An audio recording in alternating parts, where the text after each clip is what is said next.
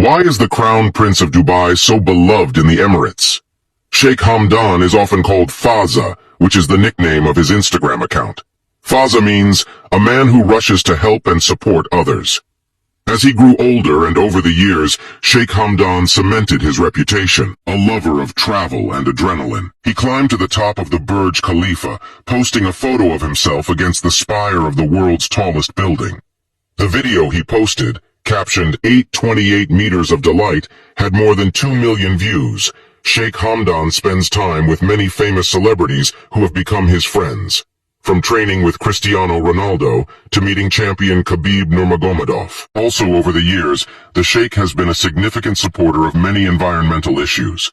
In honor of World Turtle Day, Sheikh Hamdan and his team released about 100 turtles into the ocean. One of the most famous projects that Sheikh Hamdan has supported is the Hawksbill Turtle Conservation Project.